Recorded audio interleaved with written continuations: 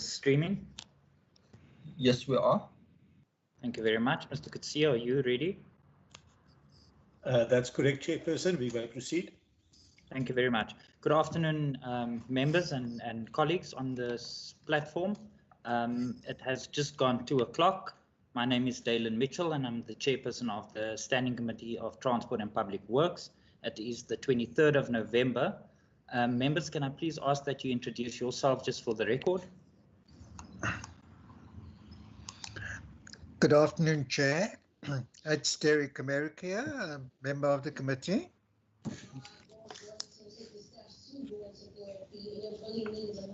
Thank you, Chair. Van der Westhuizen, Andrikus van der Westhuizen, member of the committee. Good afternoon, Chairperson and colleagues. Councillor Mackenzie, I will give you an opportunity afterwards. I'm just allowing the members of the committee to introduce themselves. Members, you can continue. Honourable Mvimbi. Thank you, Chairperson. It's Lulama Mvimbi, member of the committee. Thank you.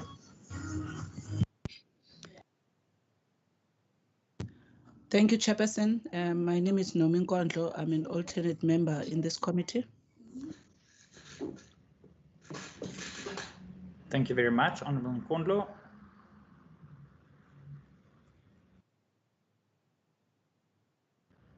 Honourable Heron, are you there? Yes, Chairperson, Brett Heron. Thank you very much. Members, I've received an apology from Minister Madikizela.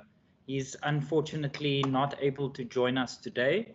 And then I'm going to go straight into allowing the department. I don't see the HOD. Advocate Reinecke, are you leading the team today?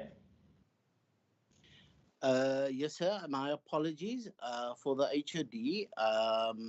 I believe that they're in a cabinet session of some sort, if I'm correct, or PTM session, and that she's asked me to lead the delegation, sir. All right. Thank you very much. So, can you introduce yourself and the team? Thank you, Chair. My name is Kyle Reinecke, DDG for Transport in the Western Cape. Today I am joined by Ricardo Collins. Ricardo Collins is the Director for Public Transport Services in our department. And then that's the only two people from the department at this point in time, Chair. The other parties involved that are currently here from externally are from Golden Arrow. All right, thank you very much, Advocate Reiniger.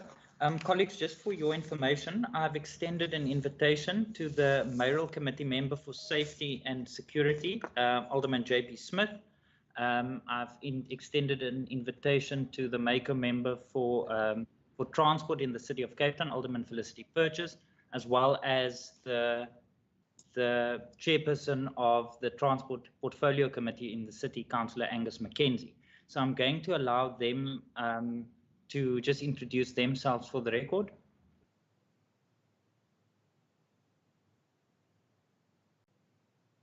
Thank you, Chairperson. It's Councillor Angus Mackenzie, the Portfolio Chairperson for Transport in the City. Chairperson, if I can just take this opportunity and please apologize that I would be leaving the meeting at 3 o'clock for an urgent City of Cape Town meeting, sir, if that's in order. That is in order. Thank you very much, Councillor Mackenzie. I've seen Alderman Smith has joined us. If he could just introduce himself just for the record. Chairperson, greetings. JP Smith, I'm the Mayoral Committee Member for Safety and Security and Events, which amongst others includes the relationships with public transport enforcement. Thank you very much, Alderman Smith. I have been provided with a note that Alderman Purchase would join us in between the meeting as she's got another engagement. I'm going to ask Mr. Mayor if you can just introduce yourself and your colleague before we go into the presentation. Good afternoon, Chairman. My name is Francois Meyer. I'm the CEO of Golden Arrow Bus Services, and with me today is Derek Meyer, same surname, who is our General Manager and also on the executive, and his responsibility lies with the operational side of Golden Arrow. Thank you. Thank you very much. Colleagues, now with all the introductions done, allow me an opportunity to just go through the rules of engagement. As you all know, this is a virtual meeting, and we will be following the rules as agreed to by the Provincial Parliament as per the chairing of a meeting from points 3.1 to 3.4. I'd just like to highlight that in the event that you want to call a point of order or want to alert me to something, to please use the hand raise function in the right-hand corner of your screens. There's also technical assistance, my apologies, members from the ICT that's joined on this meeting, and that all members will now be muted for the duration of the meeting to avoid any background noises. May I ask that if you are not presenting, to please turn off your or switch off your video to ensure that the connectivity and connection quality is stable throughout this meeting. Then lastly, unfortunately, there's no interpreting services, so I would please ask that you would use English as the communication medium for this for the duration of this meeting.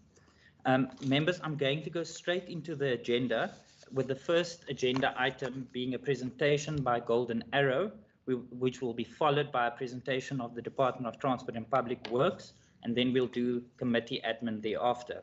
I want to say from the onset that because the invitation was extended to the City of Cape Town, Councillor Mackenzie and Alderman Smith, if there's at any point after the presentations, please feel free to indicate to me if you would like to make a comment afterwards.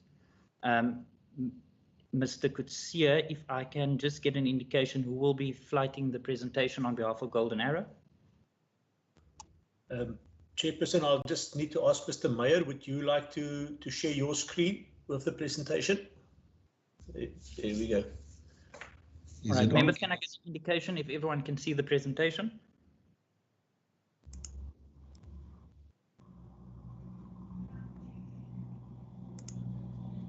All right, Mr. Mayor, yes. That everyone can see it. I'm not getting any hands as an objection, so I'm going to hand over straight to you, sir. Thank you, Chairperson. Good morning, or good afternoon, sorry, ladies and gentlemen. It's a sad day when we have to talk about attacks on buses, but nevertheless, thank you for this opportunity. I'm just going to give you a brief introduction into our company. It's started in 1861 with horse-drawn trams in the Greenpoint area, and through an unbroken chain of mergers and acquisitions, we are the company that we are today, and we will be 160 years old next year in April. So the company has served the city well for this 159 years. The city of Cape Town has been spoiled a bit with public transport or public bus transport really being in the hands of a private operator up to about 10 years ago when my city buses started operating for the first time. Golden Arrow Bus Services is a level 2 broad-based black empowerment company, and the people in our communities that we serve hold shares in our company through the South African Textile Workers Union. We are operating a contract to the Western Cape Provincial Department of Transport, and that contract is to operate a scheduled public bus service on behalf of the Department of Transport, contracted to operate a very specific timetable as set out by the department, partially subsidized to ensure low bus fares to the public. We operate in Cape Town metropolitan area, 24 hours a day, 7 days a week, 365 days of the year. There's never a minute in the day that we do not operate buses right through the year. Our operation is fairly large, 1,200 buses on contract. It's probably 4 times the size of my city, just to give you an indication. We operate 64 million kilometers per annum. We carry up to 250,000 passengers per workday. 97% of these departures on time every day. That's on normal days. And we are very proud of that figure, and we micromanage this figure to make sure that it stays around that level. We operate from 7 depots strategically placed over Cape Town. We employ 2,500 people, and between them, they have a further 14,000 dependents, all depending on a salary or a wage from Golden Arrow Bus Services. We believe in reinvesting into the communities we serve through the former Golden Arrow Foundation, which is now the HCI Foundation. We invest up to 40 million a year in empowerment projects, community transport, which the community get for free to the value of 3.2 million per annum, social projects, bursaries of 20 million. And Chairman, this amazes me that a black empowerment company giving so much back to the communities we serve can be attacked by these same communities in such a brutal way. But we'll get to that part of it a bit later. I think it's important to note that we are not one of those companies who takes our profits and run. We reinvest heavily into the company by buying at least 65 buses every year. And just for the record, the new bus costs about 2.3 million. It's got an 18-year life, and that's why it's so sad when a bus that's 6 months old gets burned out. These buses cost more than a very fancy car, and we give them to our drivers to carry our passengers. We also believe in continuous investment in infrastructure and systems. Typically, we spend in excess of 300 million per year improving, or like we say, future-proofing our company. And I'm giving you this just to show you that, we do not take our profits and run. We actually reinvest it back in the company. People always mention the fact that we are subsidized. Firstly, we do not see ourselves as being subsidized. To us, it's the passenger that is subsidized, as they are the beneficiaries of lower fares. But few people actually understand that we pay back about 340 million every year to the government in taxes. That's local government, provincial government, and national government. There's a breakdown of all the taxes we pay to the value of 340 million last year. I think we are doing a reasonable job in Golden Arrow.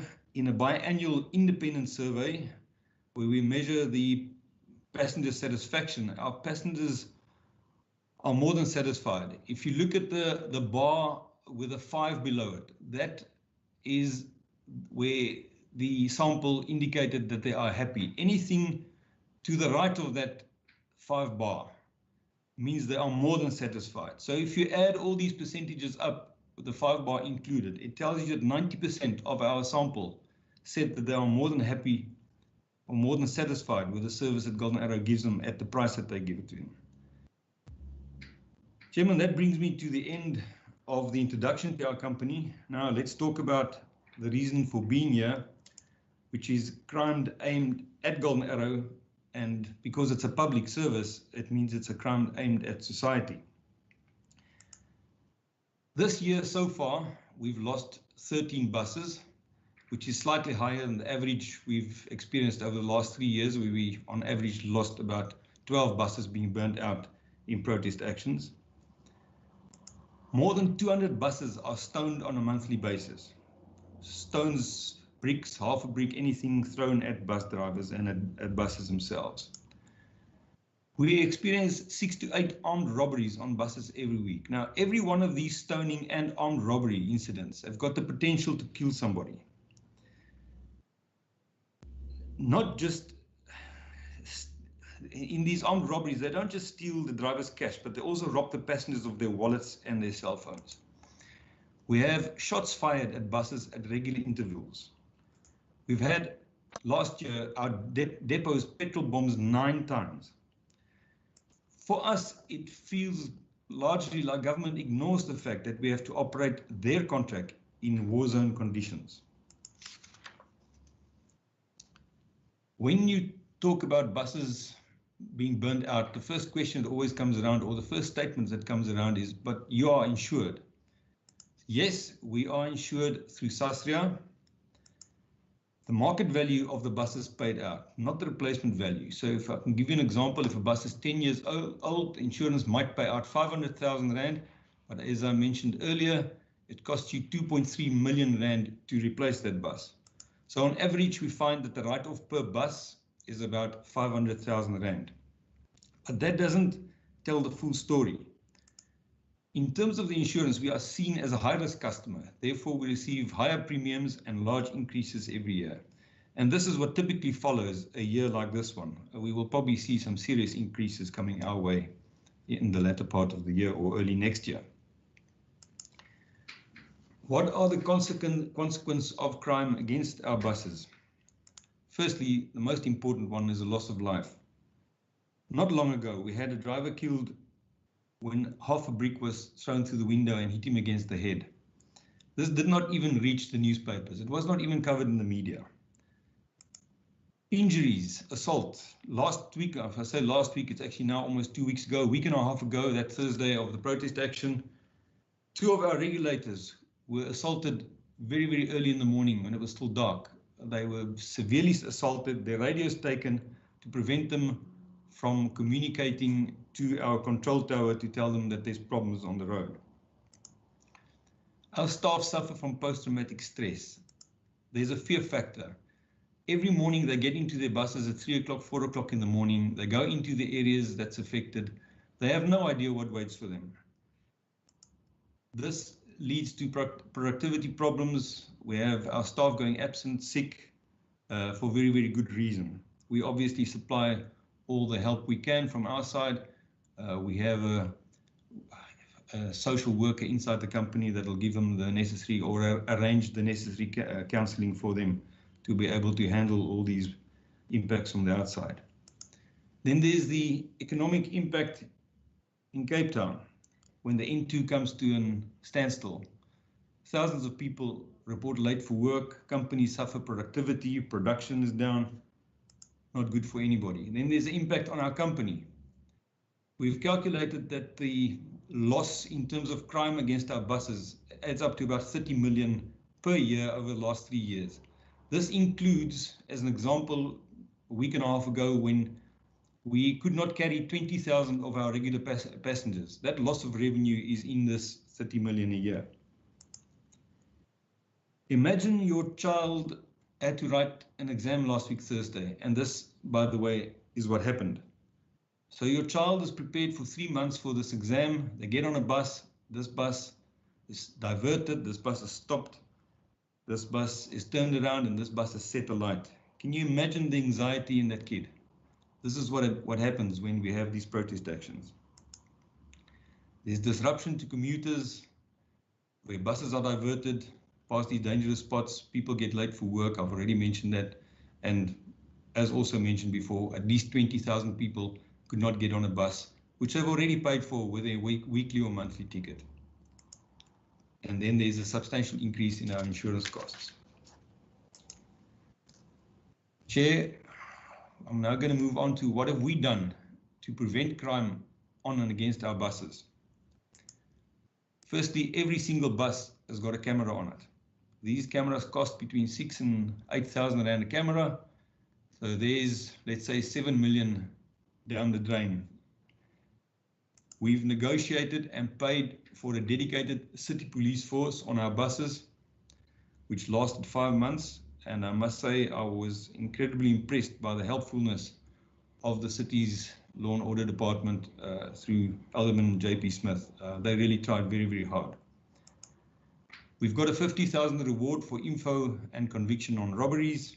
We have a 200,000 rand reward for info and conviction on buses burning. And we are getting some very good information at the moment, which we are feeding through to the South African Police. We do have high level of communication with South African Police and city law enforcement. We write a monthly report to the Provincial Department of Transport, mentioning all the attacks on buses, stoning, robberies, buses burnt. So everybody is very much aware of the conditions we operate in. We have representation on the Joint Operations Committee when there's problems. We have two-way communication and cell phone communication for all supervisory staff. We have inside Golden Arrow 280 two-way radios that is present in our operational area to monitor all these areas. And we have 40 supervisory vehicles deployed during peak operations to try and scout to find out where the problems are. I hope that everybody understands that what I'm telling you in this slide is not normal, and you will not find this anywhere else in the world. And do you understand how much this costs just to supply what we're supplying on this slide? It runs into millions and millions. I think it is important to note that the perpetrators of these crimes do not have anything specifically against Golden Arrow. They admit in the media that they burn Golden Arrow buses to get noticed. By burning Golden Arrow bus gives them immediate coverage on the front page of all media, including social media. As you've seen a week and a half ago, other vehicles are also set alight. But due to the huge footprint of Golden Arrow in these areas, our buses are impacted on more than any other recognized brand. And to give an example, we have in any morning peak or afternoon peak, more than 200 buses operating inside Khayelitsha. And we cover such a wide route network that we always find trouble somewhere along the route. For society to survive, and if I say society, it's a public bus service. So for the society in which we operate to survive, they need stability. What we see in our operation, we are heading to a failed state in these areas where warlords are taking over and demanding protection money.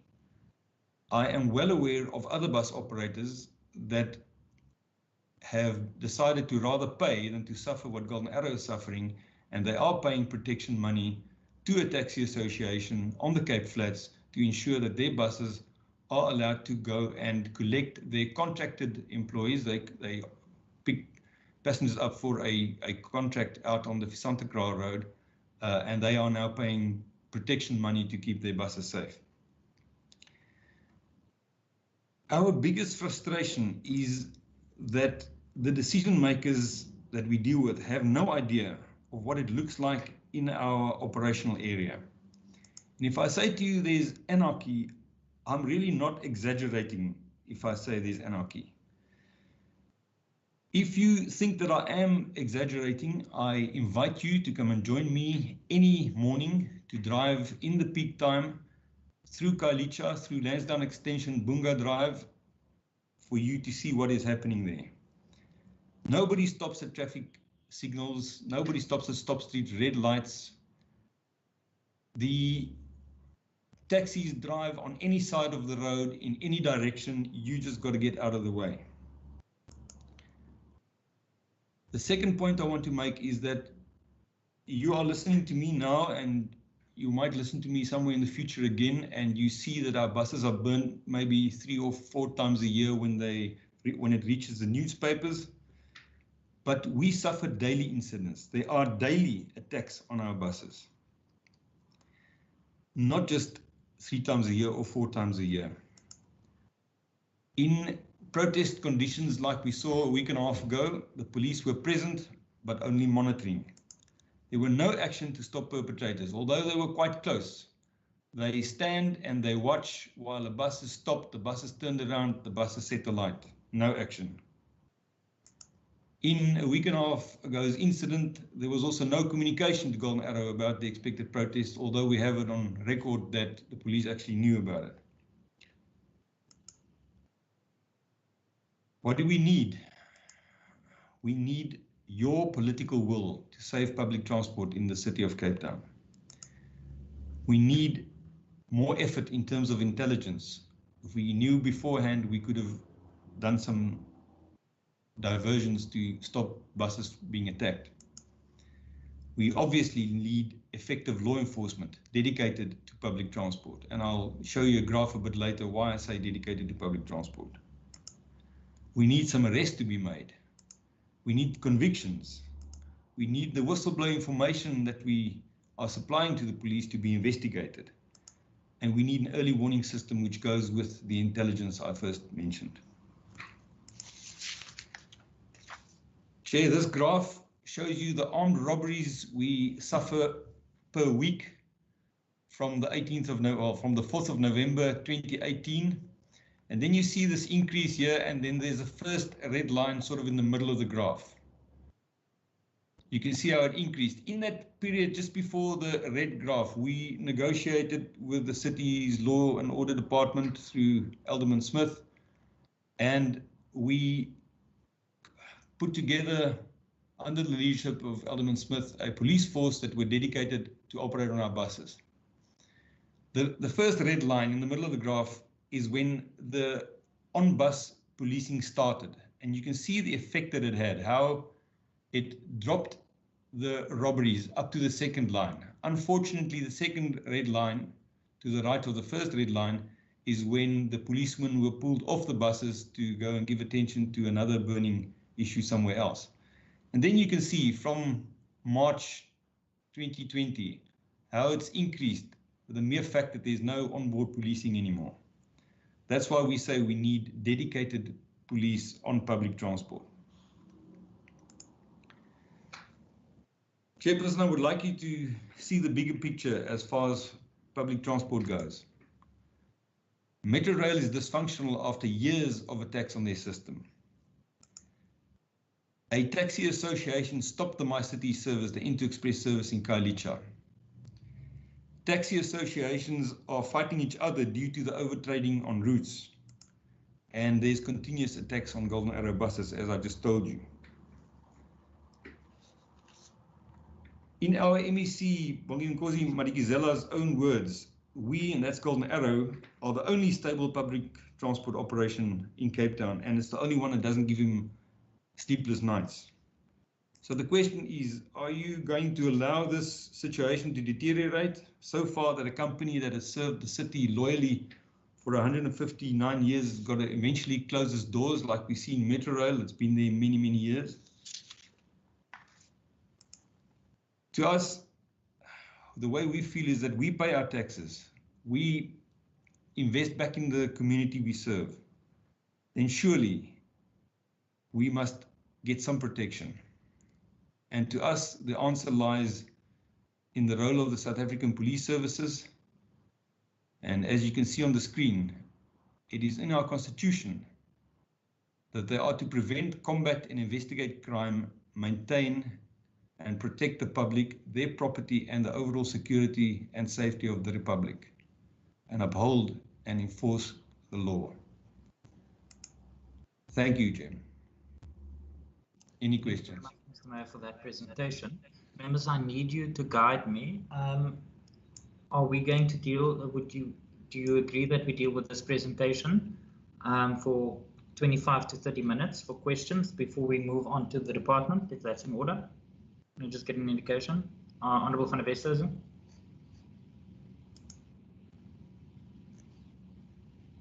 Thank you, Chair. Do you want me to proceed, or will you first want to see how many other members also would like to pose questions? No, yes, if you allow me that first. The members, if there's any person that would like to ask, or any member that would like to ask a question, can you just raise your hand? I see Honourable van der Westhuizen, Honourable Mvimbi, and then as I indicated at the beginning of the meeting, I will allow Alderman Smith and Councillor Mackenzie to partake in this discussion, because I think it's an important discussion, and it needs all spheres of government to come together. So I'm doing a bit differently today, but if you would indulge me. And then Honourable Nkondla and Honourable Mvimbi, in that order. Honourable van der Westhuizen, over to you. Yes, thank you, Chair. Chair, firstly, I would like to say thank you very much to Mr. Meyer. And Mr. Meyer, you're quite correct. We were quite perturbed by what we read in the newspapers, but the picture that you've painted is far worse than what I ever expected it to be. So thank you very much. And I do hope that you also appreciate that this opportunity today was created because of our concerns. And it now seems to me as if we have even more reason to be concerned. My first concern, if you may allow me, is about your staff, the drivers. I really, my heart goes out to those people that get up, as you've said, early in the morning, who want to earn a living and who are putting their lives at abnormal risks. Driving on our roads in itself is a risky business. And I can just imagine the stress and the fear that these drivers must endure once the buses are stopped and petrol bombed and so on. So my first question is, what measures do you have, apart from, it seems to me, you're doing some scouting, etc., and the cameras, but what measures do you take to try and ensure the safety of your drivers? Are they protected in terms of bulletproof glass? I remember in the days in the 1970s and the early 80s, people were driving around in vehicles with screens in front of windscreens and so on to try and absorb the impact of stones, etc. The second one is in terms of protection against fires. Is there anything that you do or can do, or what is your standard operating procedure if a driver notices that there is trouble and that your assets may be petrol bombed, etc.? Is there anything that one can do to try and protect the assets at that point in time? This to Mr. Meyer. And then, Chair, I do notice that we do not seem to have a representative of the South African Police Service or even the Western Cape Community Safety Committee on this meeting. And I would propose or ask that we engage with those entities as well regarding the information that we've just learned from Mr. Meyer's presentation. That's all from me now. Thank you, Chair. Thank you, Honourable van der Westhuizen. We will incorporate that with the resolutions at the end of this meeting. Mr. Mayor, is it in order with you if I take the round and complete it, and then you can respond? Yeah, sure, Chair, no problem. All right, thank you. Honourable Mvimbi. Thank you very much, Chairperson. Just a couple of questions, Chairperson. I welcome the report. It's very Mvimbi, my apologies for interrupting you. If I can ask members, and I forgot, I omitted it with Honourable van der Westhuizen, if you can please keep your questions to 3 per round to ensure that we get to all members. Yes, I think definitely mine are exactly 3, if not less than that, Chairperson. Thank you very much. Once again, I would like to welcome and thank the report that has been presented. And I think it's one of those engagements that has been long outstanding. And I hope that it's not the last time, Chairperson. I must also thank you for the initiative that you have taken. and hopefully that also will do the same when in terms of also interacting with other participants in the public transport sector. But needless to say, the presentation is very interesting, and I think it gives us an opportunity also to interact directly with the service provider, and maybe some of the questions we've always had or rumors we've always had, we can deal with them directly. Now, one of the issues I wanted to check is I have seen on the company is a level 2 PE, but it will be interesting to know maybe what is the structure of the shareholding of the company, if that can be maybe shared with us.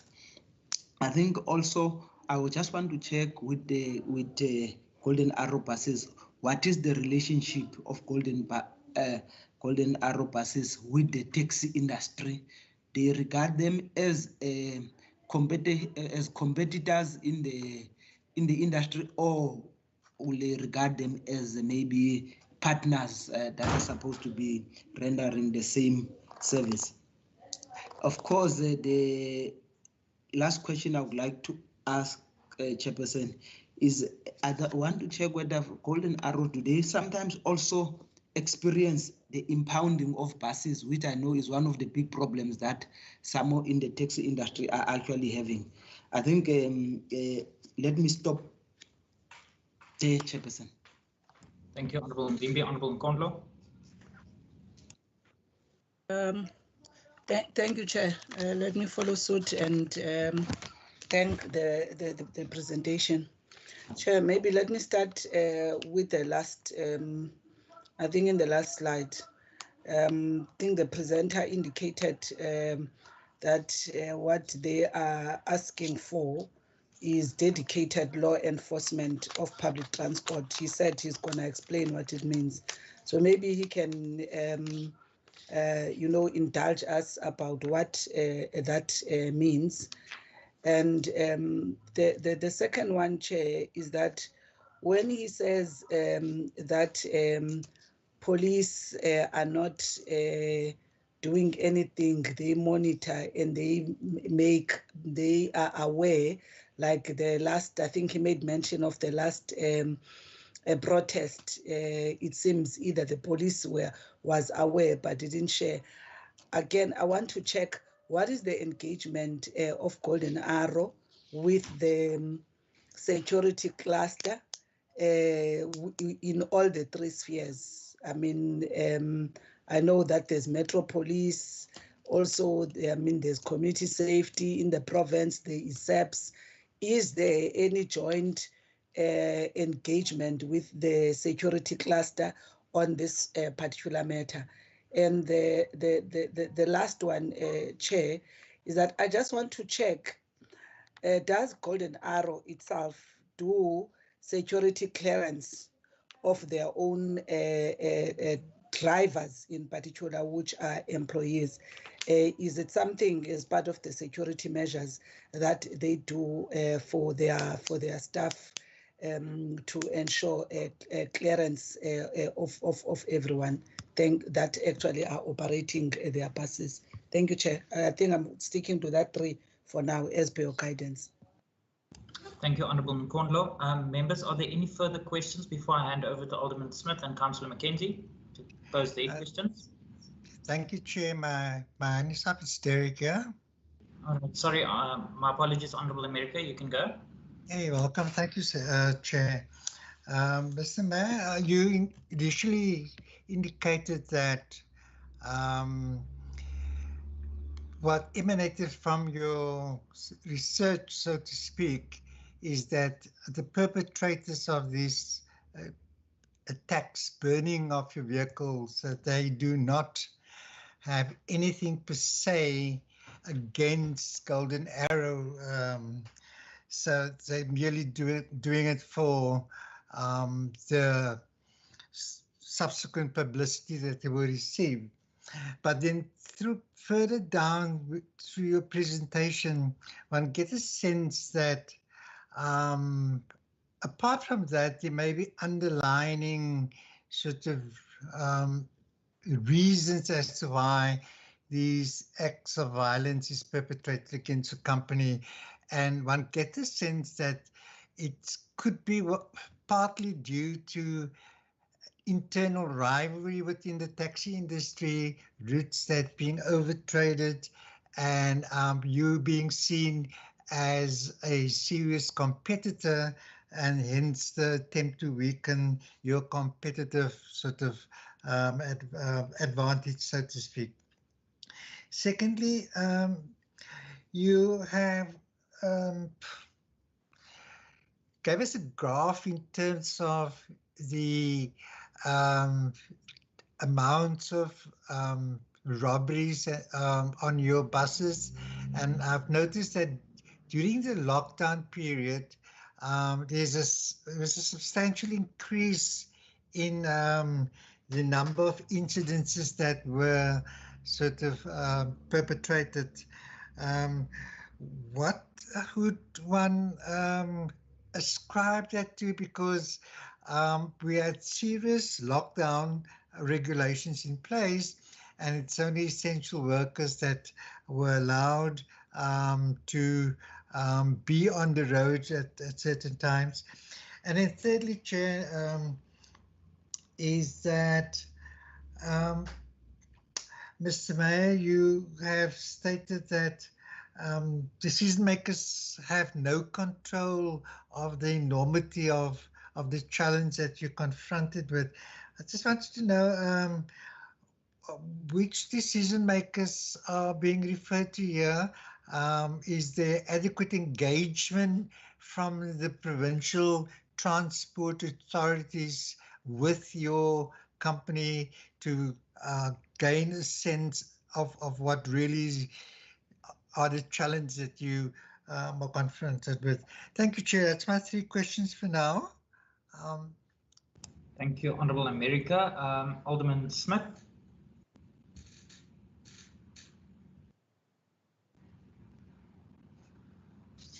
Alderman Smith, I think you're on mute.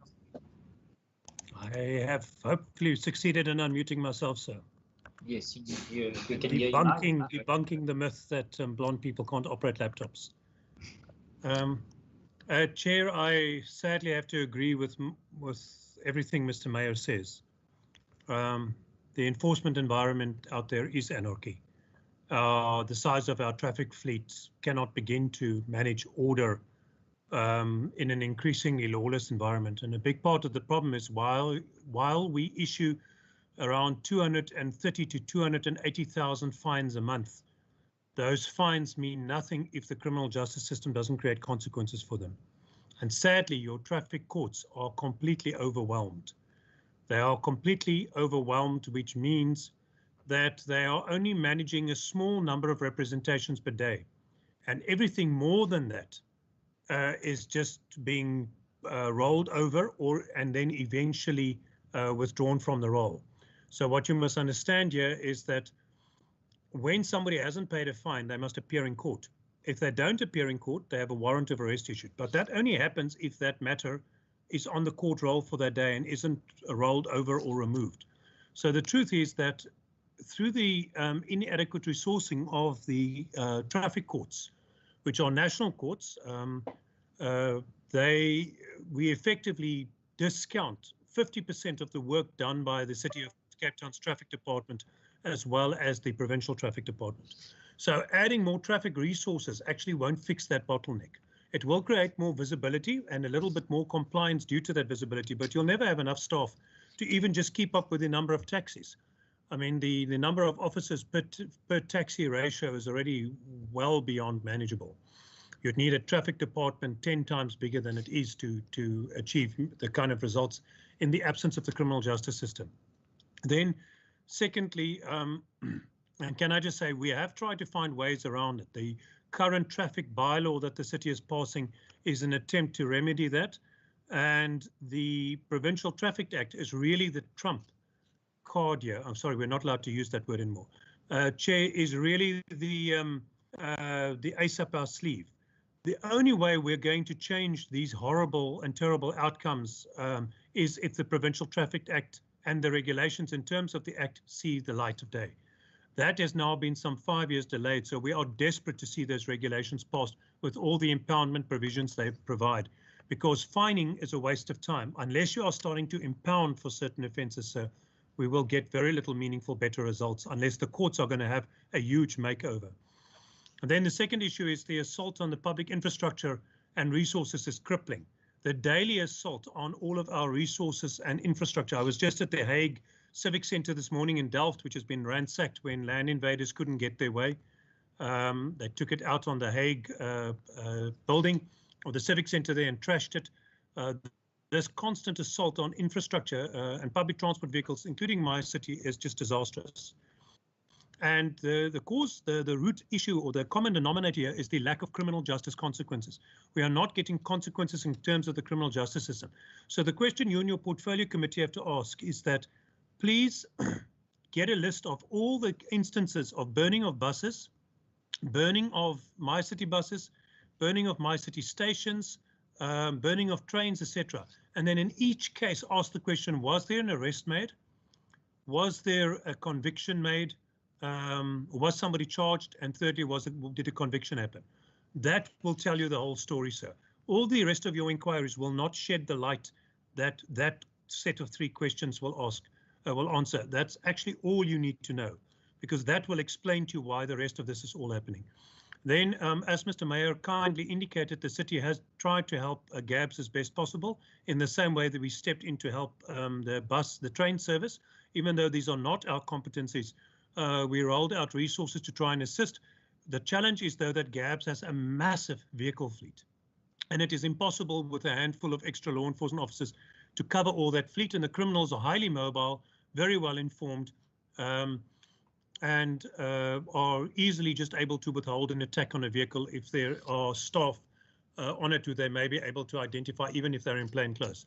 So the extent of investment to keep the GABS vehicle safe will have to be much bigger, or you will have to have a much better and more effective criminal justice consequence. So either you have to roll out massive resources to physically protect every single bus, or your criminal justice system is going to have to get a huge overhaul. And in that regard, can I then say to you, because the former is impossible, nobody in this country, except maybe national government, has enough money to roll out the kind of policing investment that needs to be made in gang suburbs, on GBV, on metal theft, on train attacks, on GABS attacks, on every possible level. That budget sits only, the kind of budget that's required can only possibly sit in national government. The incremental improvement through LEAP is graciously accepted by the city from province, and it's an awesome investment to have the 1,000 extra officers, but that's going to help 10 areas in the city. And yes, the 10 with the highest crime rate, but on this case, you will never be able to protect all your My City and GABS buses and trains. You're going to have to get effective investigations, and that means the assembling of multi-agency policing and investigation task teams with detectives and investigators and prosecutors linked to all the different spheres of government, working together with these private sector stakeholders to try and run more effective investigations, rewards for information, and so forth. That's going to have to be completely multi-agency, and until that space is provided in the criminal justice system, I don't believe, sir, that this problem is going to be meaningfully resolved. Thank you. Thank you, Honourable Smith. Councillor Mackenzie. Thank you, Chairperson. I am unmuted, Chairperson. Yes, we can hear you. Good. Thank you, Chairperson. Chairperson, let me first take the opportunity just to say thank you to Mr. Mayor for his presentation. I completely understand the dire problem that he is experiencing, as well as his team. And I also want to say that your staff are regulars at my portfolio committee and give report to my portfolio committee on the challenges that you are facing. But Chairperson, with that said, and one cannot discount the work that Golden Arrow is doing, as well as how much we actually need Golden Arrow in the city under the prevailing situations around the rail and even taxi as well. But there are two key challenges that has really given rise to the situation that we're dealing with. The first challenge is the issue around the taxi industry and the unregulated problems that we are dealing with in the taxi industry. And at some point, the National Department of Transport is going to have to step in to create some form of regulation around the taxi industry. Currently, the taxi industry services a majority of people throughout the city and is able to go to places that buses and trains don't go to, which is a huge advantage. But under the manner in which they are operating, you are asking yourself for consistent issues. And we just saw this afternoon or earlier this morning another group of individuals being shot in town, which is linked to the Belleville taxi line again. So the national government has to come through and deal with the regulations around the taxi industry, because that in itself is probably one of our biggest challenges that we are facing. The ghost. Councillor Mackenzie, my apologies for interrupting you. Can I please just draw your attention to the 3 questions that is being allowed to every member, and not make a statement, please. No problem. So let me then finish, because it was more of a comment. So that's the first challenge, and I think the second challenge, Alderman Smith covered quite extensively, is around the enforcement of this. You cannot, unfortunately, Chairperson, fine a person throwing a petrol bomb. You have to arrest a person that throws a petrol bomb. And the challenge, and I think Mr. Meyer then makes it clear in the end of his presentation, is how do we get the South African Police Services to be more proactive in around what is going on, and how do we get them to assist in dealing with this from an investigation point, a criminal justice point of view as well. But to the assumption that you are going to fine a petrol bomber, it's just stupid and absurd, sir. Thank you. Thank you, Honourable Mackenzie. Mr. Mayor, I'm going to allow you an opportunity to respond. Members, can I just ask that if there's any follow-ups based on the responses, I'm going to allow you 1 follow-up in this round. So just please listen to the responses. Mr. Mayor. Thank you, Chair. I'll start then with Honourable Member van der Westhuizen's questions about what do we do in terms of bulletproofing and so forth. Back in the year 2000, we did put a bulletproof cage around our buses because at that time 9 of our staff members were shot and killed. Unfortunately, bulletproofing is so heavy that it exceeds the permissible mass axle loading on the front axle, and we therefore had to take it off when legislation changed. We do still have about 120 bulletproof vests from those days that we do make available to drivers if they wish to wear them, but they are uncomfortable and they are very hot. Bulletproofing also almost works against a driver having to escape a bus that's on fire, because normally if they bulletproof it, the doors don't open easily. So in terms of fires on buses, every single bus is obviously equipped with a fire extinguisher in the driver's cab. The driver does sit in a cab, although not bulletproof, but he is protected. And our drivers are under the instruction that obviously they must first see to make sure the passengers are safe, and then they must abandon the bus as soon as possible to avoid themselves being injured. That, I think, was the questions from Honourable Member van der Westhuizen. Honourable Member Mvimbi asked me for the structure of the shareholding. Golden Arrow is part of a listed group called HPL&R, which is listed on the JSE. HPL&R, again, is 80% owned by another listed entity, HCI, or Hoskins Consolidated Investment, and that is where the majority of the broad-based black empowerment of SACTU lies, where SACTU has got a very large share of that company. It's actually quite a complicated shareholding structure, so she's welcome to contact me after the meeting to explain a bit more. She asked me for my relationship with taxis. Each one of us has got very much has got its own role, taxi, train, and bus. Golden Arrow believes that rail should be the backbone of any city's transport system. And funny enough, we do the best business at rail interchanges. So at Site C, at the Golden Acre, at Town Centre, at Belleville. Those are our busiest termini, and they're also train stations.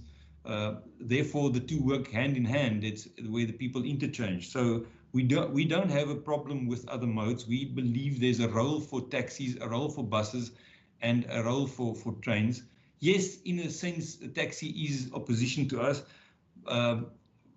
or a competitor, if you want to call it that. We believe there are people, just like people, some people want to use their own cars. There are people that wants to ride in a taxi, and there's people that's happy in a bus, and there's people that are happy in a train. So normally, all things equal, there's enough passengers for everybody to go by. So we do not see it as an adversarial relationship with the taxis. In fact, we went out of our way to help empower Codeta and Mitchells Plain Taxi Associations in the Into Express to make sure that they are treated 100% professionally. So that was the question on the taxis. Impounding of buses, yes, our buses are also stopped by the traffic department, and when the traffic department do find something wrong with it, they are also impounded. We do have a very strict regime on maintenance on buses. So every bus goes through a safety check every 2 weeks to ensure that the bus is safe. It goes through its CRW every 6 months. So we try as far as possible to ensure our buses 100% when they do go out on the road. And for that reason, you might not be seeing a lot of buses being impounded, but I can assure you they are impounded. Honourable Member Nkondlu's questions. What does the dedicated police force mean? Just what I said, and what we did through Alderman JP Smith is we had, let's say, 25 or 30 policemen, and all they did 8 hours a day was to ride buses. They actually sit inside the bus and they ride the bus, and you could see on the graph how that impacted on armed robberies. We believe that is a first step. It does not have to be 1,000 policemen, but we think there should be a continuous police force riding on. And if I say public transport, not just Golden Arrow, my city and the trains, there should be a lot of policemen riding on those vehicles with a dedicated function of public transport. Member Nkondlu asked, police not doing anything when the engagement with the police. Yes, we are in contact with the police through the JOC. We have a representative on the JOC who speaks to the police. We've got their telephone numbers. We speak to the station, the people in charge of the police stations. So we are fairly well connected, and we try to communicate as far as we find incidents in the townships or in the areas we serve, that we try to report to the police. You asked our staff's security clearance. Honourable Nkondlu, may I remind you that every bus driver is issued with a professional driving permit. They do not get a professional driving permit from government if they have not passed the security test. So through the professional driving permit, they are actually seen as security cleared. Honourable America, you talk about the perpetrators that I said has got nothing directly against Golden Arrow, and then you say that I sort of insinuate that the taxis are involved.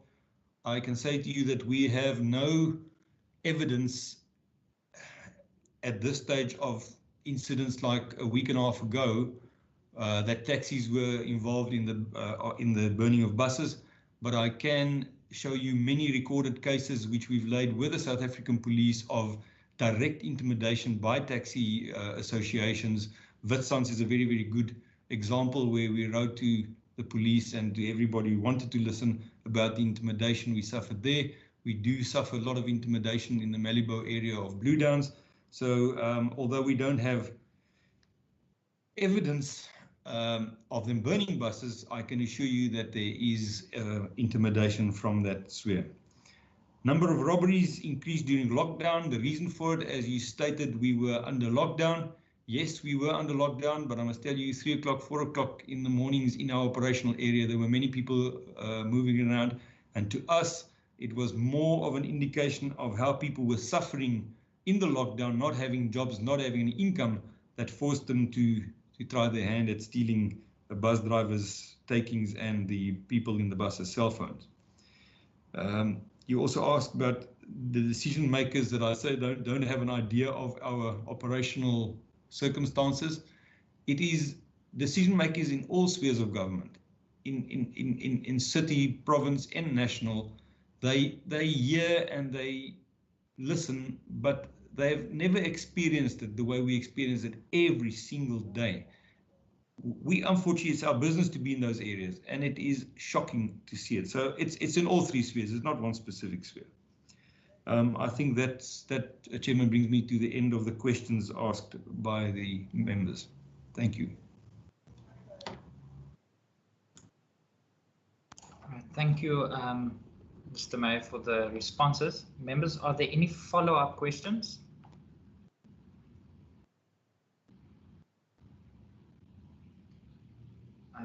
Mr. Chairperson? Yes, Chairperson.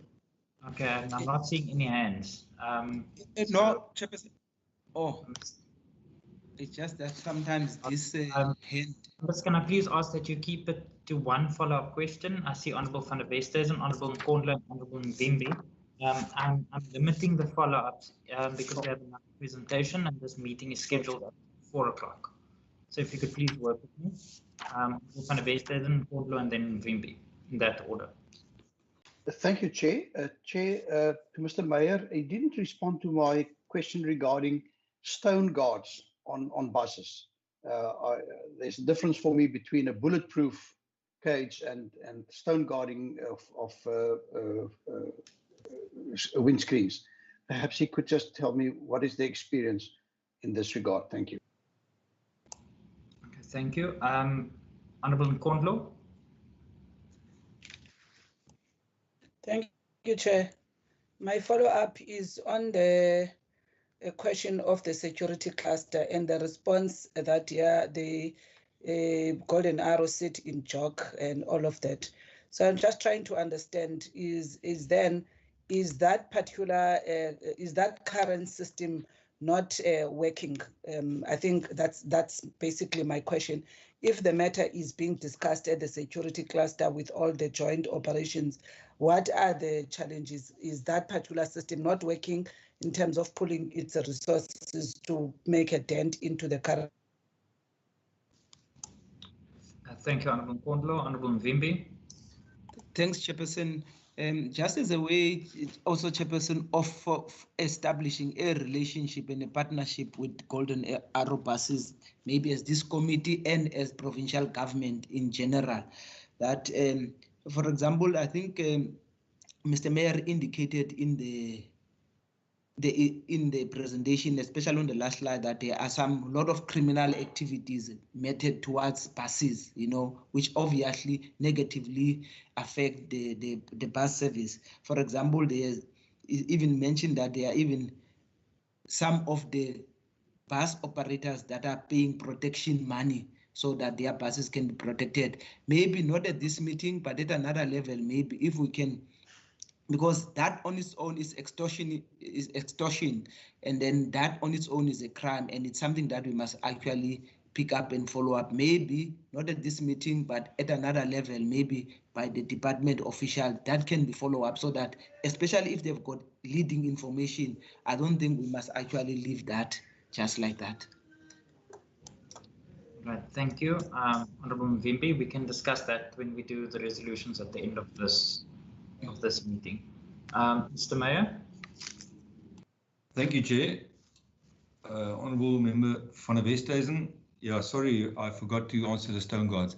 Yes, our buses, you're quite right. Our buses all had stone guards in front of them. It unfortunately affects the glare on the road and the vision of the bus drivers. So probably about 10, 15 years ago, in consultation with our unions, our bus drivers through our unions actually asked us to remove them. And at this point, we haven't put it back yet. We are in consultation always with our trade unions. So it is an option. It does not look very good, and it's not a very good advertisement for Cape Town when the tourists are here and they see a bus with a wire mesh around the driver's cab. But it is something that we can look at again. Honourable Member Nkondlo, security cluster in the JOC not working, as you could see from a week and a half ago. It's not working. There's a lot of communication between us through the JOC, but it's definitely not working if you see the increasing amount of incidents against Golden Arrow. Can I just ask my colleague Derek Meyer, if Derek, would you like to add something to the security cluster communication that we have? Thank you, Chair, and good afternoon to everybody. Probably just want to add that there is lots of communication between Golden Arrow and the clusters. A case in point is this morning, for example, we received information yesterday that there was going to be issues in the greater Metro Southeast, and our staff had to be there at 2 o'clock. But I think Alderman J.P. Smith actually hit the nail on the head that there is not enough assistance available at all times. And obviously there's also things that falls through the crack. And what happened specifically on the Thursday previous when we lost 4 buses on the day, there was some information at intelligence that had it been brought to our attention earlier, we would have been able to probably put in alternative measures. Now we don't, because of the fact that there's not a specific law enforcement team that only looks after Golden Arrow, the priorities of the day is going to decide where law enforcement lands up on that day. So I think just to add to the fact that dedicated law enforcement team that similarly looks after rail and the My City services is required for Golden Arrow as well. Thank you, Chair. Thank you, Chair. If you'll allow me, the last question from Honourable Mvimbi. I would gladly make the information available. I can put you into contact with the company that is paying protection money. I cannot guarantee that their owners will want to work with the police, but I'm quite happy to bring you in contact with them and give you all the detail. Thank you, Chair. Thank you very much. Members, have all your questions been answered? You're covered. Can I go on to the second presentation for the day? Yes, Chair. All right. Advocate Reinke, I'm going to hand over to you. Chair, we found ourselves in a very, very difficult position. When asked to sort of brief the standing committee, because we prepared a presentation, and then Golden Arrow also prepared a presentation. And when we looked at the presentations, it had the same things in it. So we decided instead of restating what Golden Arrow stated, because everything that we wanted to say, Golden Arrow has said, we just sort of add a few things, and I would start, Chair, by talking, for example, about what we have done.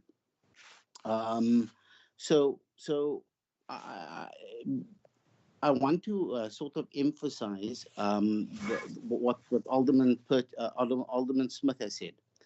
Most of the solutions lie with national, and the issue is as frustrating to our department as it is to the committee and to the commuter and to Golden Arrow and everyone involved. But the issue of buses is actually a criminal offence. It's criminal activity that must be dealt with in the way all criminal matters are dealt with. As such, it falls squarely within sort of law enforcement, and particularly with SAPS. At every opportunity that we've had, we continue to raise our concerns with law enforcement structures, and we've raised it on numerous occasions with Prof. Joints and the Transport Priority Committee, which we are part of.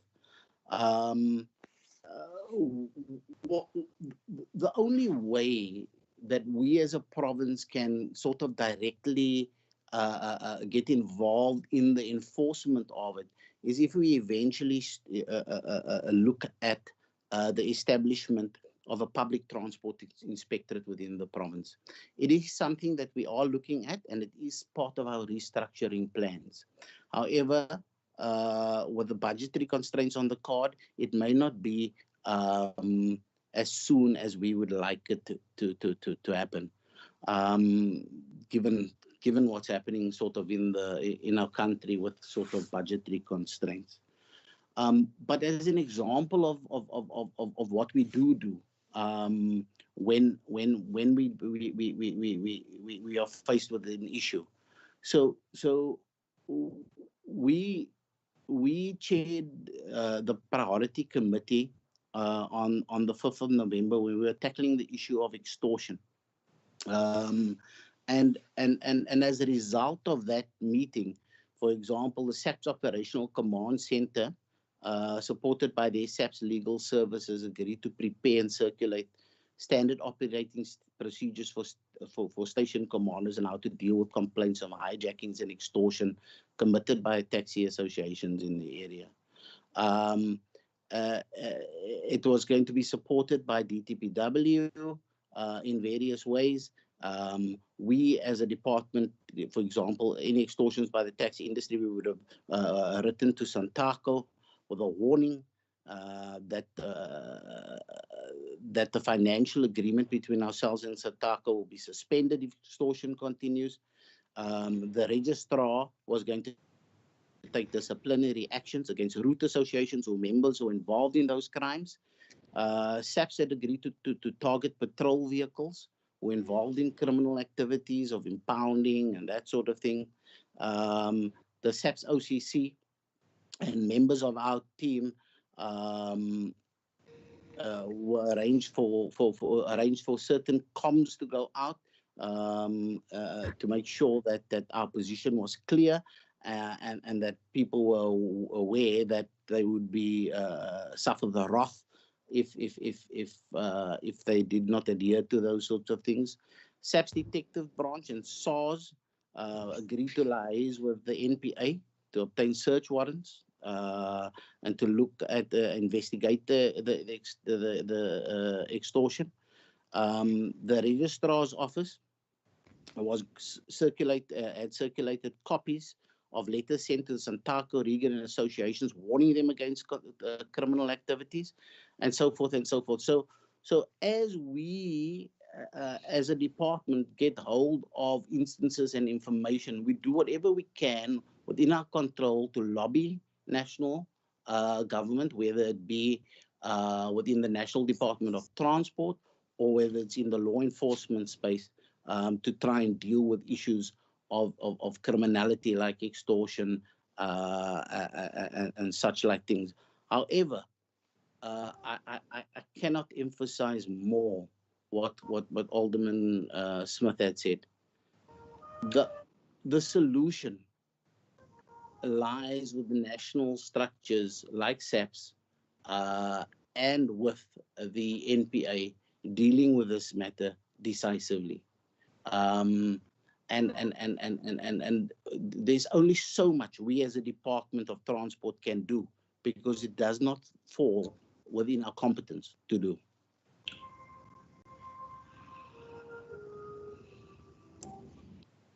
Thank you, Advocate Reyneke. Is that your submission? That is it, Chair.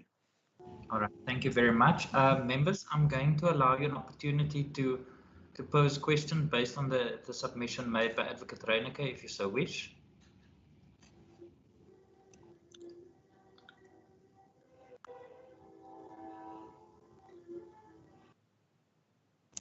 So no questions to Advocate Reyneke? All right, if not, then I see Honourable Nkondlo, my apologies. And then I'll see Alderman Smith after, and then before Alderman Smith, Honourable Van der Westhuizen, Honourable Mvimbi. So that's Honourable Nkondlo, Honourable Mvimbi, Honourable Van der Westhuizen, and then Alderman Smith, in that order.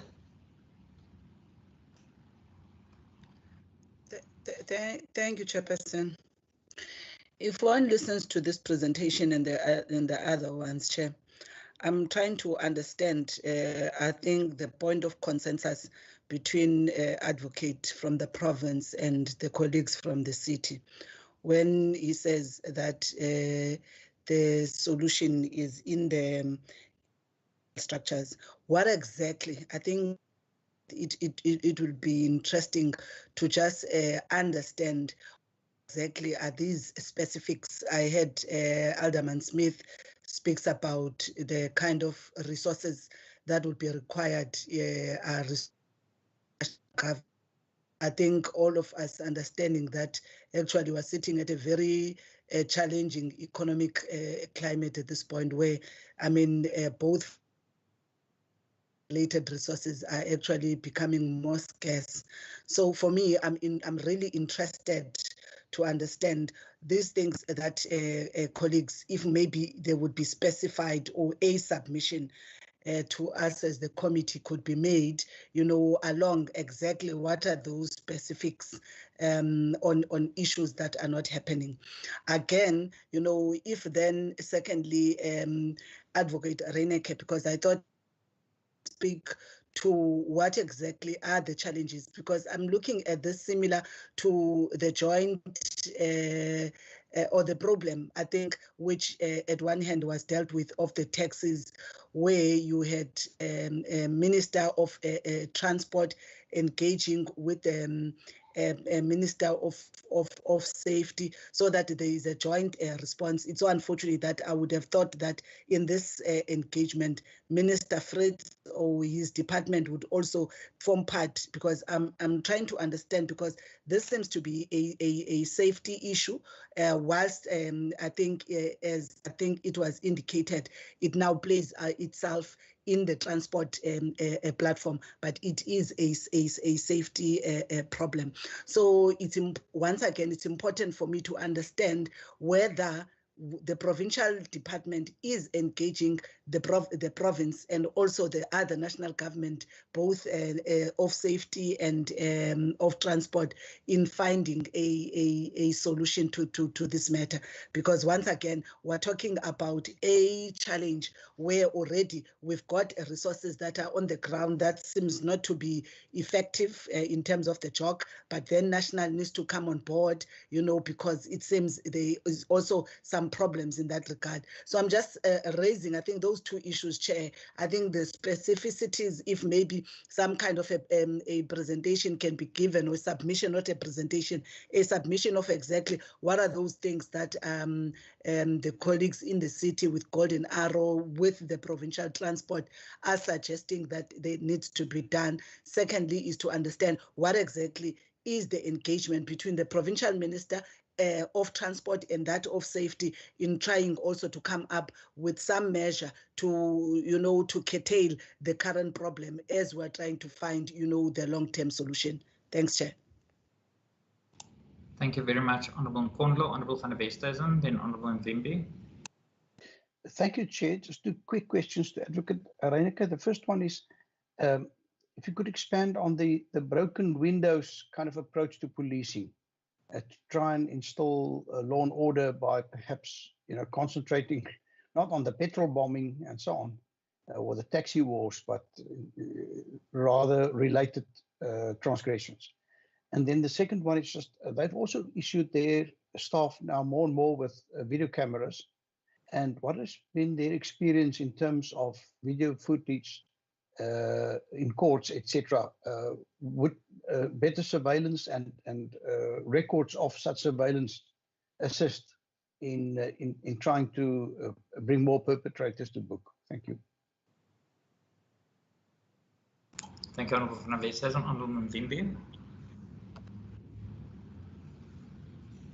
Thanks, Chairperson.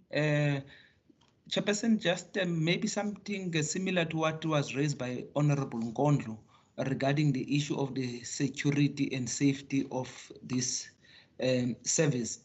Because as you must recall, the main reason really we are here is because of the crisis that happened a week or 2 weeks ago. So we felt that this meeting must be called. But then hearing from what Advocate Reineke is raising, it's fine that maybe we think that is the national government that must come and intervene. And I know for a fact that especially the provincial minister of transport has got a very good relationship with the national minister of transport. Maybe I just want to check at their level, have they also tried to engage the national government on these problems as they've identified them as national government problem? Have there been some interaction with the national government and try to make them aware of these challenges?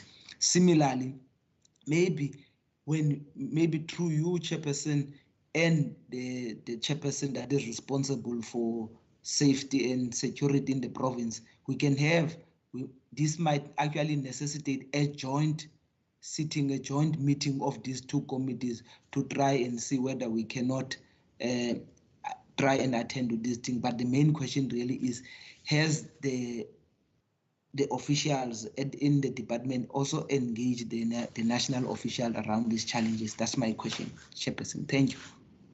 Thank you, Honourable Mvimbi. Alderman Smith. Thank you, Chair, for permitting me a further input. I'll keep it very brief, sir.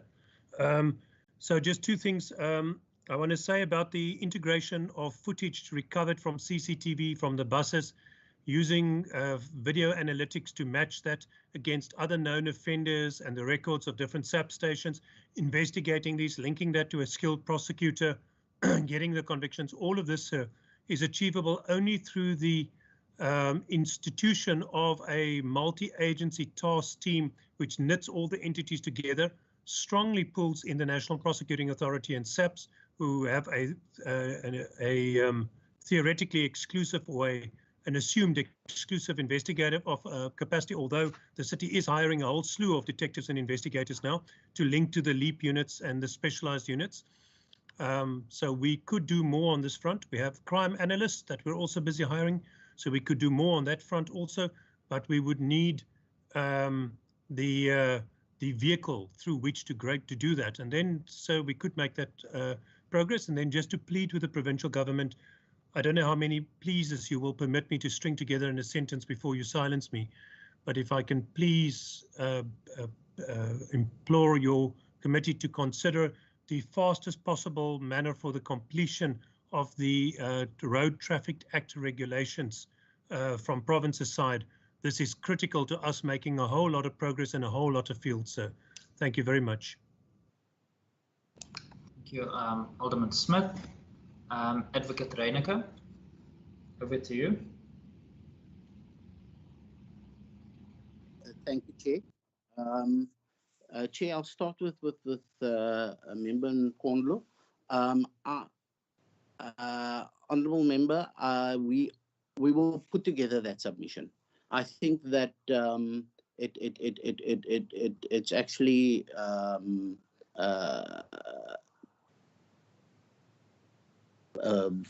what's the word I'm looking for? I think it would be a perfect solution to put together that submission. We'll put, for example, together what we think that can happen at national from a SAPS perspective, from an MPA perspective, so forth. As far as engagements with safety and security, that is happening. We will also put together a submission detailing sort of engagements that we do have with DOCS itself. As far as Member van der Westhuizen is concerned, I sort of don't quite understand the broken window question. Is it about how we apply the broken window concept within provincial government, or is it about an explanation of the broken window concept? In any event, Advocate Reyneke, my apologies for interrupting you. I'm going to allow Honourable van der Westhuizen to clarify his question. Yeah. So there's no assumptions. Thank you, Honourable Chair. As you know, the broken window approach allows one to concentrate on crimes similar or around the major crime. If you struggle to bring the major culture of law-abiding or put that in place, then you start focusing on the petty or the smaller kind of perpetrations that you find, just to try and assist with the major problem of restoring law and order in the public transport field. So my question is, to what extent can you concentrate on other traffic violations, etc., to bring a better sense of order to then, in this case, the bus services? Yeah. Advocate Reyneke. Thank you, Member van der Westhuizen. Look, just give me 1 second, Mr. Meyer. Is that a point of clarity or point of order, or is that do you want to make a comment? Sorry, Chair. I just wanted to make a comment to Advocate Reyneke, but it can wait until he's done. All right, Advocate Reiniger. Okay. Look, I think the important thing that needs to be emphasized is that we are not responsible for criminal activity and crime. So when we talk about the broken window effect, I can say how we apply it within the traffic space, and I can say potentially how it can impact on crime. Because yes, of course, it's about fixing the small things and about how creating a perception of law and order, and that impacts sort of on society as a whole, and a change of how people it contributes to behavioral change. But unfortunately, there's only so much that we can do as the Provincial Department of Transport. Crime is not our mandate. So, and that is something that I want to sort of emphasize. It's a mandate that does not sort of vest with us. So, the ability for us to do stuff is very, very, very limited. And then I think Alderman Smith did speak a bit about the opportunity about video cameras and about better surveillance systems and the ability of that surveillance systems to assist us. We continuously explore technological or technologies out there that will assist us to address all the things that we need to address within the department, including this issue of the stoning of buses, the robbery of people on buses, and so forth. And we have, for example, addressed with Golden Arrow the potential of putting sort of panic alarms on buses and then linking it to a particular sort of central hub with potential response. What that hub will be is the question. The question then is that what does our public transport inspector role do they play? Do they play that response role? And those are the kinds of questions that we are asking ourselves. But within the current economic climate, it makes it very, very, very difficult to actually go forward with concrete solutions at this moment in time. Then, Honorable Navambi, the minister has a very good relationship, as far as I understand it, with the National Minister of Transport. This issue being a criminal matter vests with the National Minister of Police and so forth. I'm not aware of any discussions between our MEC and the National Minister of Police per se. I am aware of many discussions between our MEC and the National Minister of Transport, where many different solutions were looked at and problems were looked at. But I think that may be a question better posed to him about his conversations with the National Minister of Transport. Then Alderman Smith about the provincial laws.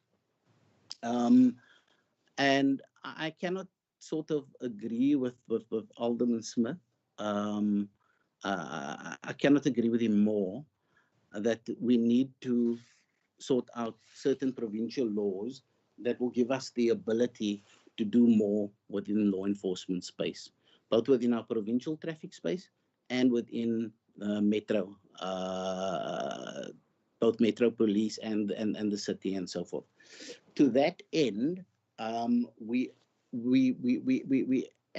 as you are aware, the committee should be aware that we were busy with impound legislation, and I think this is generally what Alderman Smith is referring to, and that, for example, went to our standing committee, our previous standing committee, and it was sent back to us to deal with and work on certain things within the bill. That work is underway. And it is being prioritized. There is engagement between the city's legal team and our team, which covers some of the same issues relating to impoundment, because there is a bylaw also proposed in respect of impoundments. And so we are working together and we are prioritizing that. But I just want to point out that that is not the only sort of legislation that we are envisaging, and we are looking to introduce legislation that will tackle a host of other issues relating to the transport industry, the public transport industry. Let's put it that way. And these includes a number of issues relating, for example, to taxis, and the conduct within taxis. There is potential, although I cannot give details. There is potential to look at this issue within that space, and to potentially craft a solution within that space. But that is something that we still have to apply our minds to. There's a lot of other things that we do want to achieve, and I certainly will put this on the agenda of the working while working on the legislation. We'll look at it. Have I covered all the questions? Thank you, Advocate Reyneke. Members, have you been covered? If so, I now see Mr. Mayor. Chair, thank you, and apologies for my late question. I'm a slow thinker. I just wanted to say to Advocate Reyneke, I understand his point that they're not responsible for law and order, but I have to ask, is crime against public transport an agenda point on each and every meeting that the provincial department is holding? We never hear the department really speak out against it. Can't you use all the platforms that you're on? At least just say something about it. And, have you thought of joining us in some PR exercise or some advertising exercise, supporting us with our reward or for information to come through? We just feel very alone out there, and we do not see or hear the department in this. Thank you, Chair. Thank you, Mr. Mayor. Yeah. Reyneke, I'm not sure if you want to respond or if you... I do, Chair. I do want to respond, because it's actually, it's a little sad to hear that. Definitely something that has to be rectified. But for Mr. Mayor's sort of information, it's an extreme priority of ours. We may not go out in the public and address that. Had the request have come from Mr. Mayor to potentially deal with a joint publication, would have been considered. A joint media statement would have been considered. So I'm actually a little disappointed that the request comes here, and it was not addressed to us previously. But be that as it may, we're not averse to doing that. What I wish to point out is that the Transport Priority Committee, of which we and SAPS are part of, is the committee that's been established at our insistence to deal with law enforcement issues within the transport industry. So we set up a structure and a committee to just deal with this. And at every single meeting with SAPS and with the parties responsible within the public transport industry to bring law enforcement in the industry, a whole range of issues are discussed.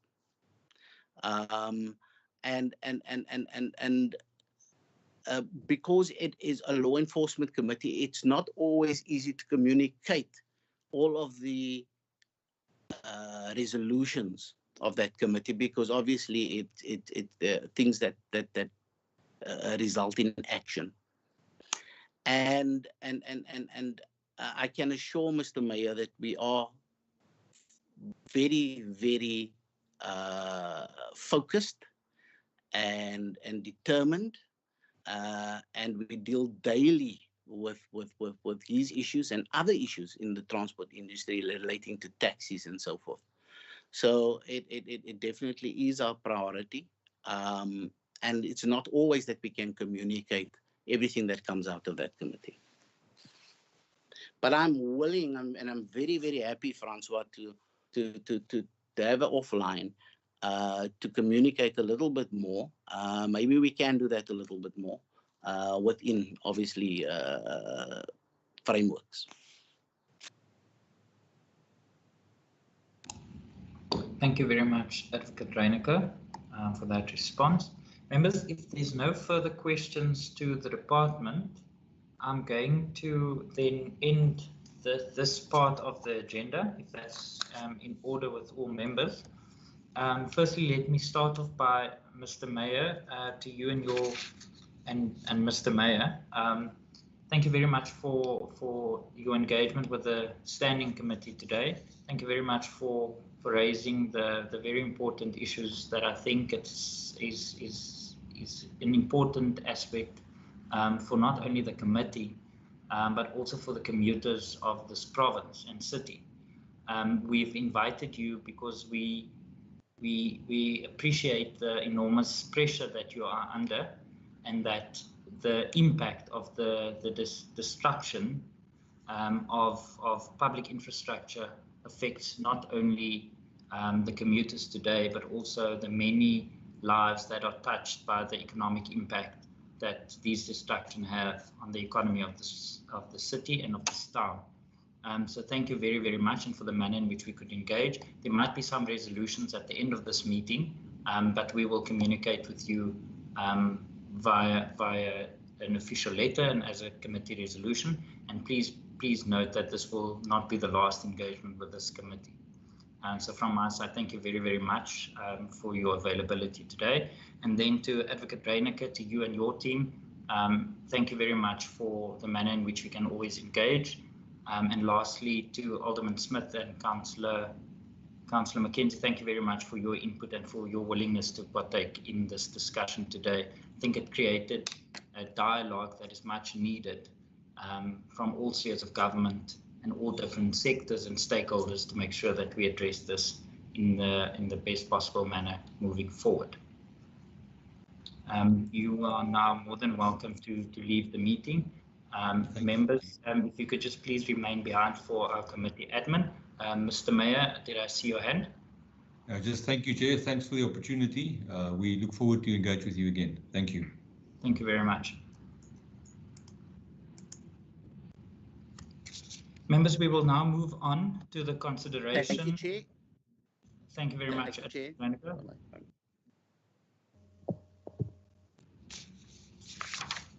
Members, we now move on to item 3 on the agenda, the consideration and adoption of the draft committee minutes of the 20th of October 2020. I table page 1. Any edits or amendments?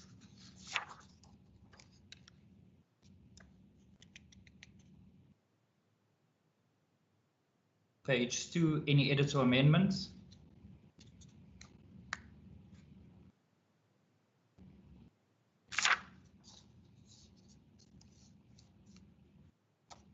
Page 3, any edits or amendments? Members, if no edits or amendments, I then table the minutes of Tuesday, the 20th of October 2020 for adoption. Chair, I propose that we adopt the minutes. Thank you, Honourable America.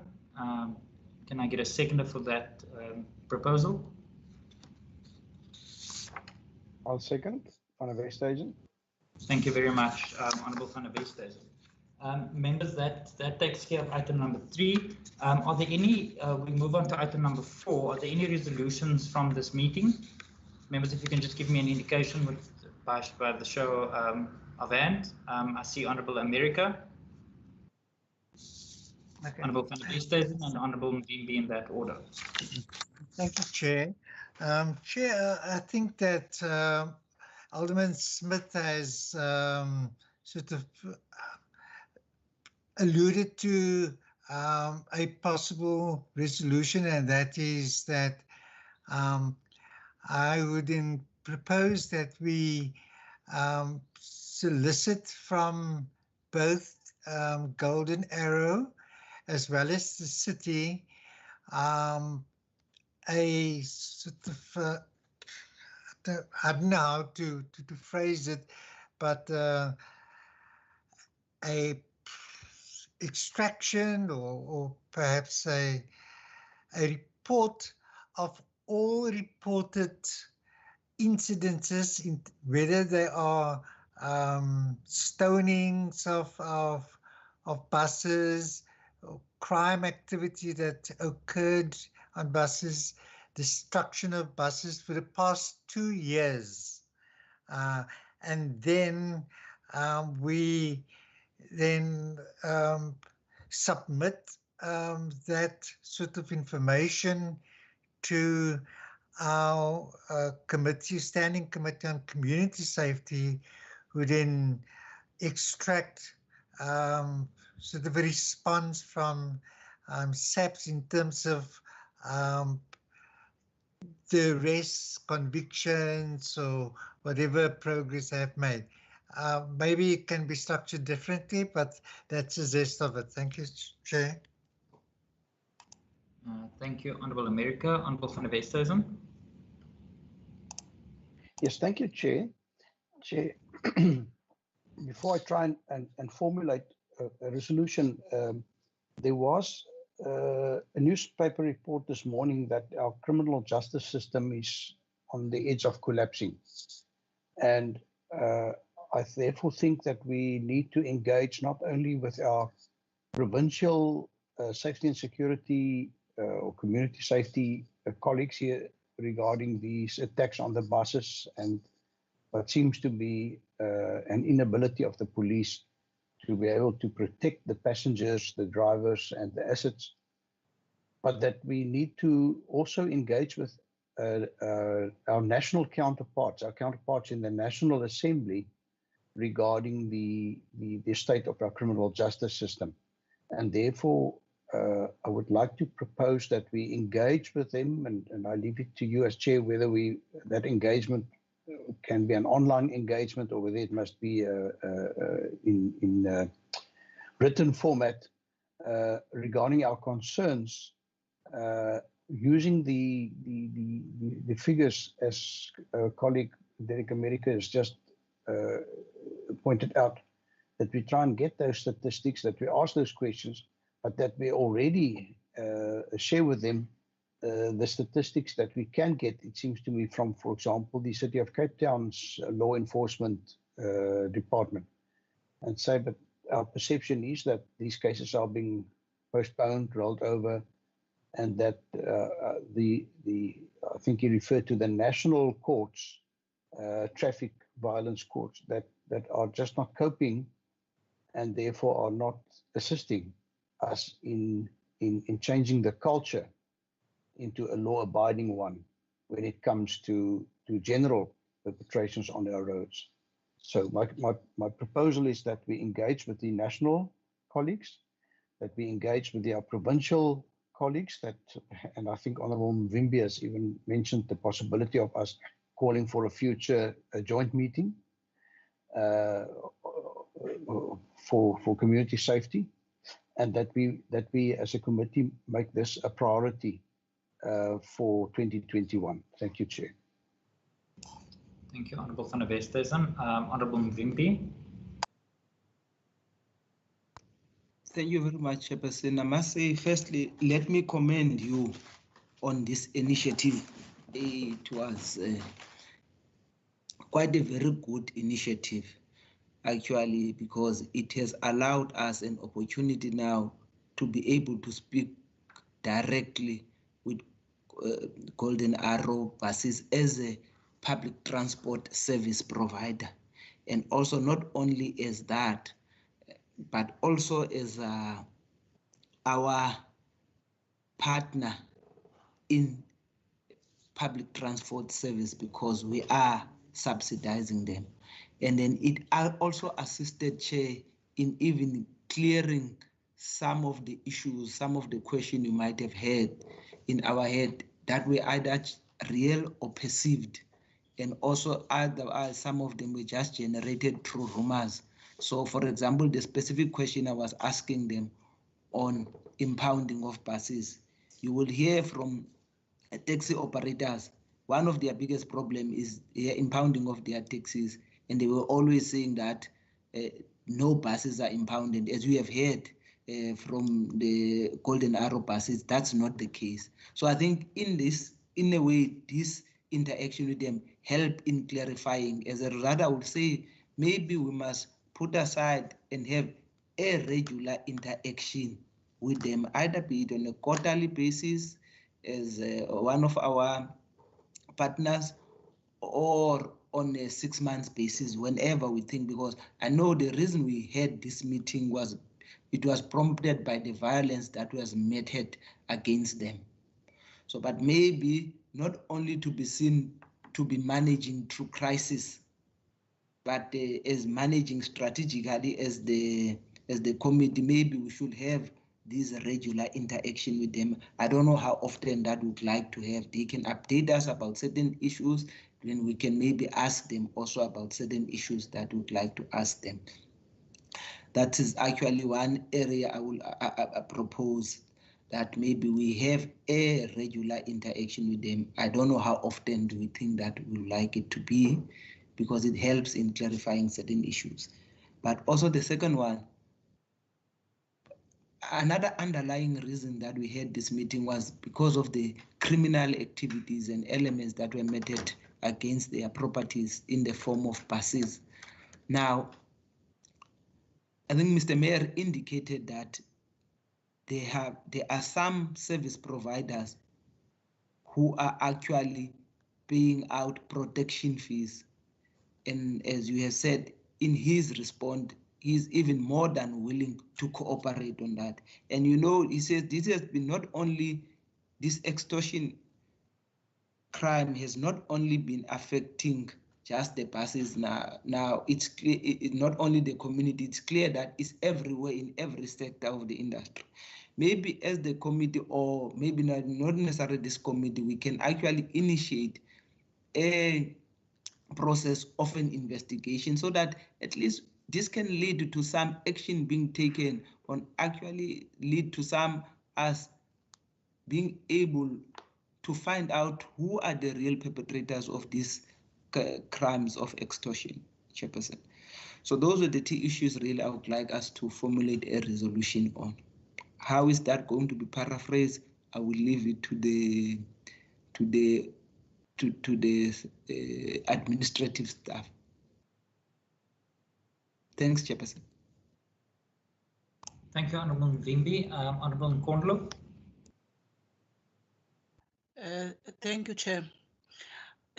Chair, I think for me, the first one is that if we follow, I think the first presentation of Golden Arrow that indicates that the basis of the charge against them, in their view, has got little to do with Golden Arrow, but other matters, which primarily they then accuse the taxi industry in the main, you know, for them to be had. So it therefore says, Chair, we then need to try and have the response to this particular problem, not necessarily as an isolated case. And I'm raising this because it is my understanding that there has been a sort of a mechanism which included all three spheres of government in as far as the taxi violence is concerned, public transport in general.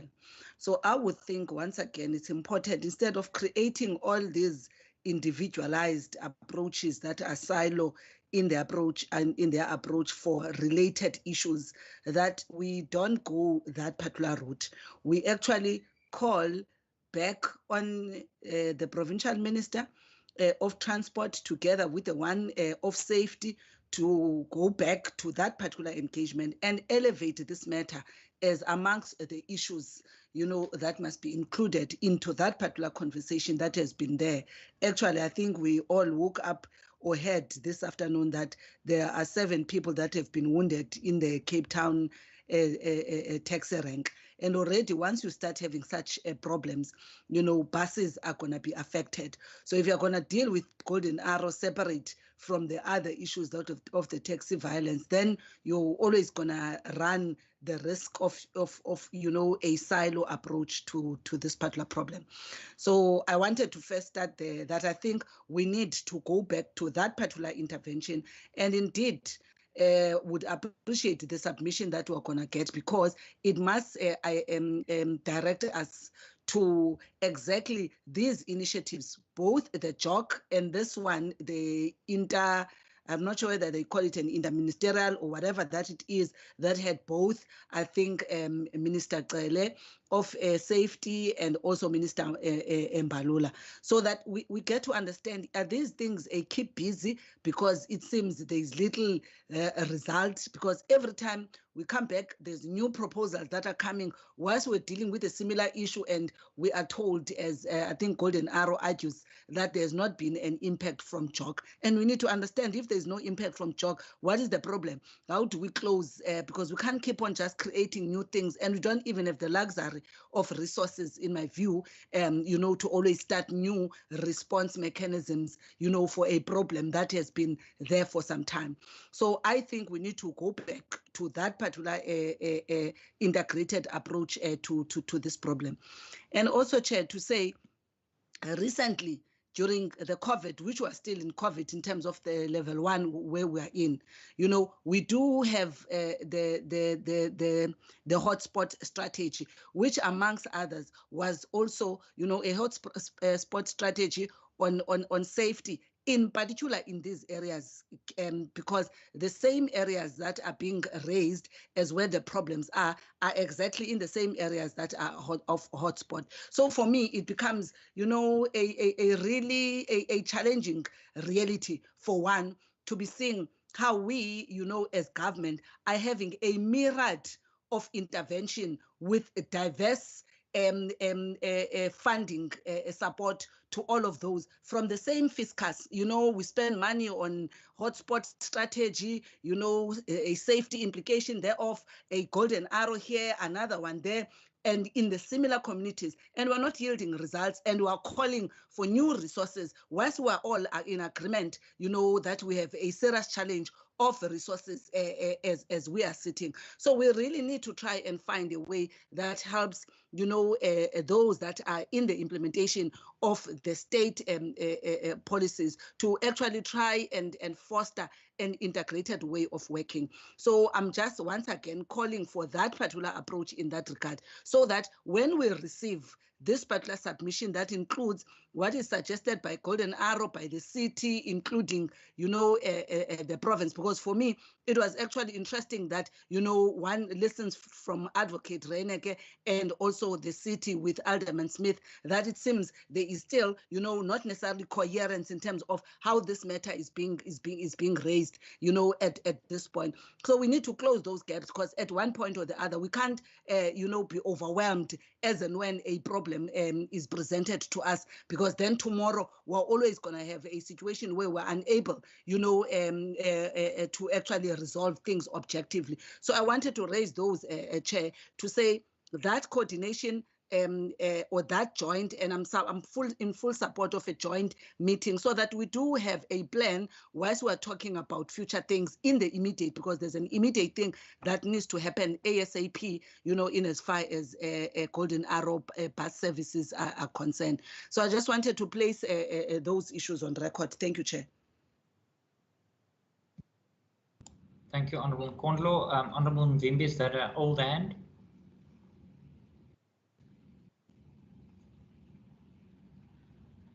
Yes, Chair, that's an old hand. Sorry, Chair. No problem. Okay, members. So those are the comments and resolutions proposed.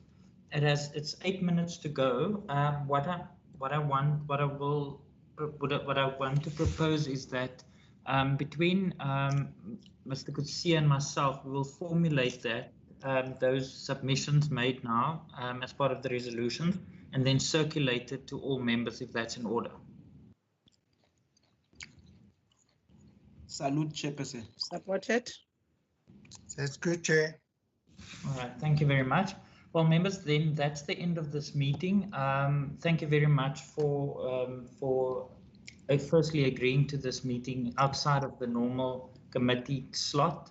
I know that it's actually a constituency day today, but thank you very much for your willingness to engage in a very important matter.